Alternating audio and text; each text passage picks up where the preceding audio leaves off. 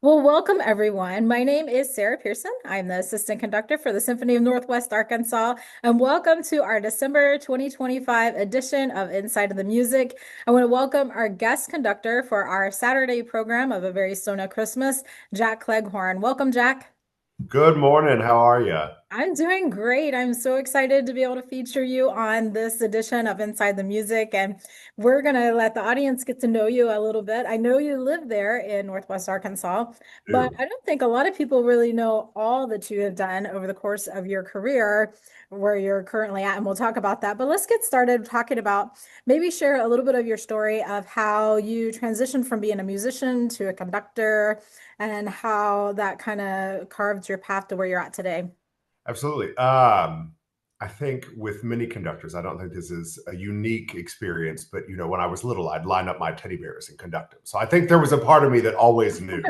I started piano at a really early age, and I was fortunate to have some really amazing choir directors along the way that knew that I wanted to, play piano with them, to conduct the choirs, and they were all really supportive of that. So they nurtured that all along the way from middle school with Trella Yates to Donnell Fincher at Fayetteville High School. So I'm born and raised in Fayetteville, and I left for several years and then came back. So I've been back for about 8 years now. But I think I always knew that I wanted to be a conductor in some way, shape, form, or fashion.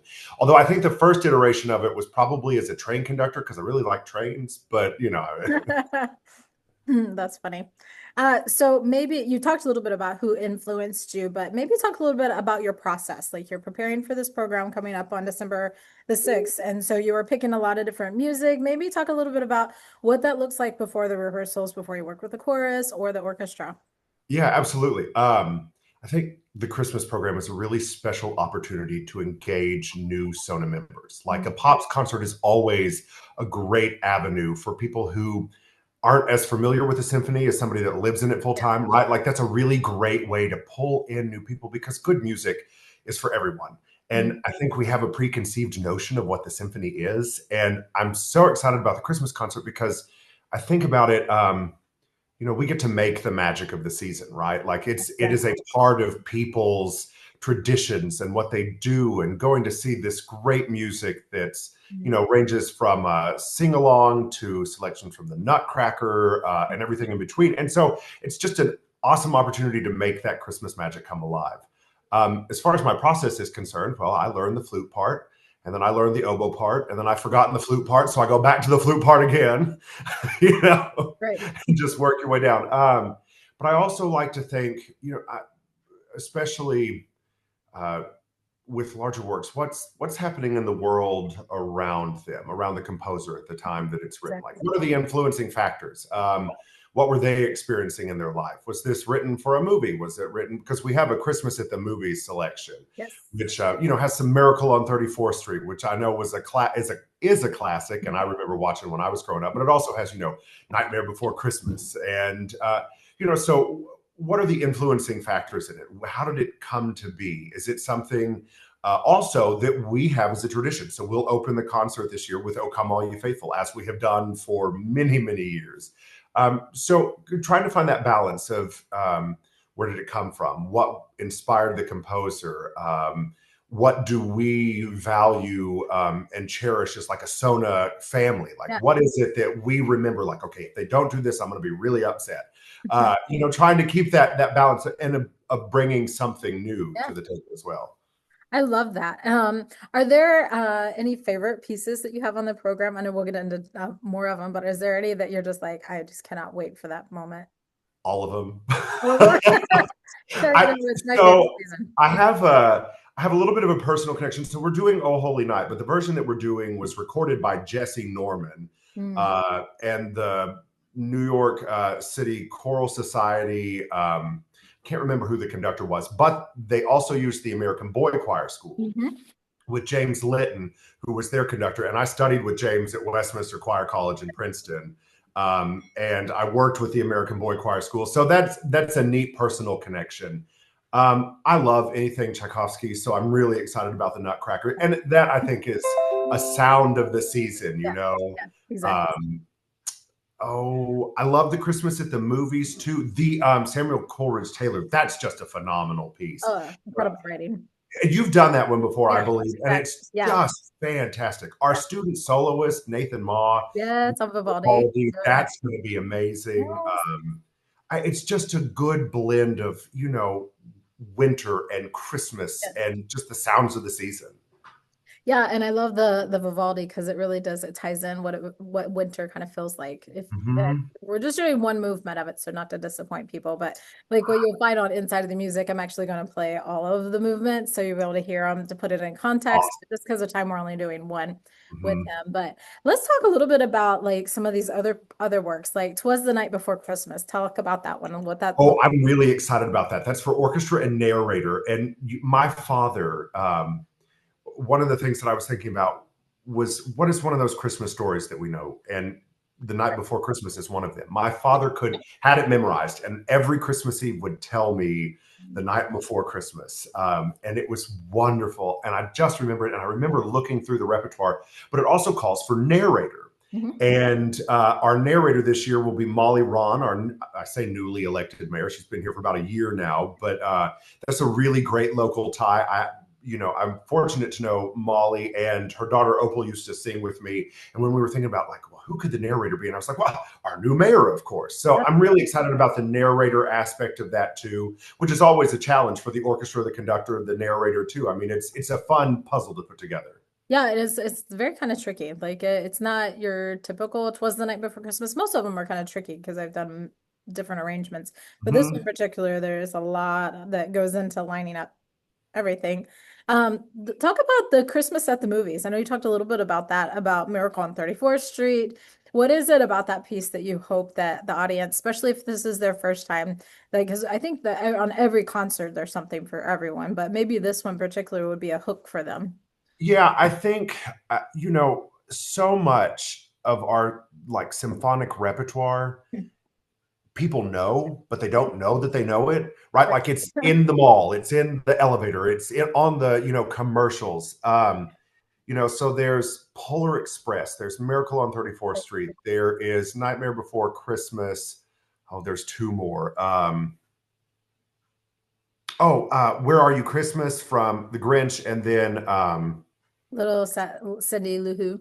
Cindy Lou Who, yeah, and then Candles in the Window Mm, from Home Alone, and yeah. all of those people will recognize, and I think that's a really great hook, Mhm. um, and it's just snippets of it, also because it's neat to feature the favorites from these holiday movies because oftentimes the score doesn't exist or it's cost prohibitive to do Exactly. hours worth of Home Alone music or whatever it happens to be.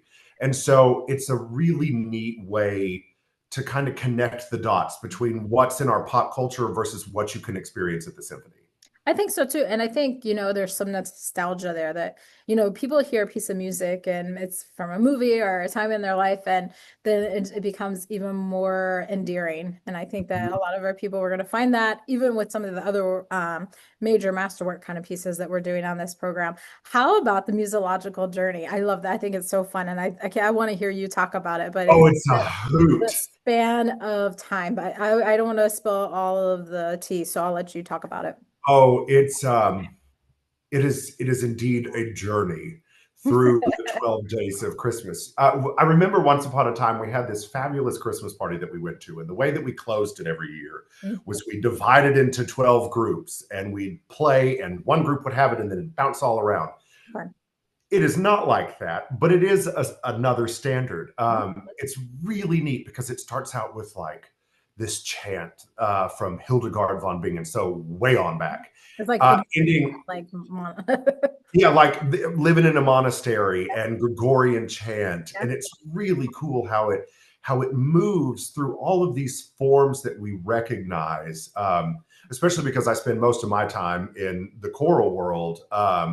It's neat to see these little, like Palestrina nods or Handel, and then ending with a Sousa march. It's a great and it's fun.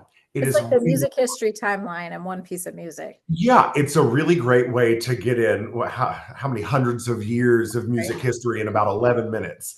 Yeah. And it's just exciting. And, it borrows Camille Saint-Saëns, the swan shows up in there. Yes, exactly. So it plays with all of these tunes, again, these connecting dots Mhm. of all these pieces that you'll probably recognize in this new zany sort of interpretation of the 12 Days of Christmas. I think it's so fun. And it's one of those pieces that once you hear it the first time, you're like, I gotta hear that again. That's really cool, Mm. right? It kind of it like sticks on you. And it's just a really cool, genius way of writing. The composer that wrote it is like, whoa. Let's talk about some of our standard stuff that we're doing, like the Hallelujah chorus. Obviously, we can't do the full Messiah. We'd be there for like hours, right? But maybe talk a little bit about that. Maybe we have people that are like, oh, I've heard that before. Why does everyone stand? Maybe talk just a little bit about the snippet from the Messiah that we'll play on the Hallelujah chorus. Oh, I love that excerpt, and I love the antidote about why everybody stands. So the Yeah, lore yeah. is that when it was being premiered, and what I love about Messiah is that it can work for so many different sizes. It was originally conceived for a small ensemble, Mhm. but then with the oratorio societies that came around in England, they grew to these monstrous 500 member performances, but the lore is when it was premiered that King George was asleep. And when the timpani crashed, he stood up. And of course, when the king stands, everyone else stands. And so we now stand for it. It's interesting. I've done Messiah a couple of times, and every time the audience has stood Yeah. for it. I don't think we have to stand for it. I think that's just, a It's a fun tradition. tradition. Yeah. Yeah, Exactly. right. Exactly. Maybe let's talk about Sleigh Ride. That's a standard on every program at Christmas. I wonder how many people know like the background of it, that it wasn't actually written at Christmas time, but it's a Christmas piece. It is a Christmas piece. Well, you know, um, You know, I Anderson wrote it in I July. did not know that it was not a Christmas piece. I Well, mean, I mean, it's it's a always been Christmas associated. piece. He wrote it in July for Christmas, but it wasn't written like Oh, in December. It was so hot that he sat down and wrote this piece because he was looking for a way to cool off and he was thinking cool thoughts, right? You know, it's for air conditioning. And so he wrote this piece, Sleigh Ride. So oh, Anderson wrote. that's fantastic. I remember I was driving one summer and it was hot and the air conditioner broke and we were like, pretend Mind we're on over an matter. iceberg. Pretend we're on an iceberg. So that's perfect. Yeah. Leroy Anderson channeling that. And that always features a guest conductor. That's Yeah, that's right. always, We have two of those, right? we do. I believe one is a band director from Woodland Junior High School. I can't remember who the second one is. Yes. And I And then actually will conduct it on Sunday because I'm also yes, doing the Snowman Family Concert. And I'll talk about that that's just right. briefly, real quick. So, because I'll conduct Yeah. the playwright then, and we'll also have a little bit of Tchaikovsky Mhm. because, you know, after Howard Blake's Snowman is wonderful. It's a Oh, live movie that the orchestra plays too. Well, we're live. It's a movie. Right, so I'll clarify that. But it's a very exciting piece. But at the end, you know, the snowman sadly melts. And so we want to make it a fun experience for the kids so they're not leaving crying. So we end with a little bit of Tchaikovsky to kind of boost morale. And we may or may not have a surprise visit from the North Pole. ooh, So that's exciting. definitely We'll have to be on the something. lookout. Definitely check out that for sure. So, but I think we have an incredible packed weekend. So we have Saturday, two shows. We have a matinee, and then we have the evening show with Mhm. Jack on A Very Sona Christmas. And then on Sunday, we have the Snowman. So we're super excited about that. Is there anything else that you want the audience to know, Jack, before we wrap this up about what to expect and just kind of what you're thinking on the for that weekend? I just hope that you'll join us, and I think having Sona be a part of your Christmas tradition is a great way that we can make your holiday special. I think so too. And if you haven't gotten your tickets yet, please do so. They will sell out along with the snowman. And we hope that you see us there. We'll be in the lobby afterwards to say hello as always. And be sure to check out all of the links so you can listen to some of the pieces ahead of time, along with learning more about them. I have some really fun things and facts that articles have found for this time to be able to check out. So thank you again, Jack, for joining us on this Thank edition of you. Inside the Music. And we will see everyone soon. Have a very happy Thanksgiving, and we'll see you soon.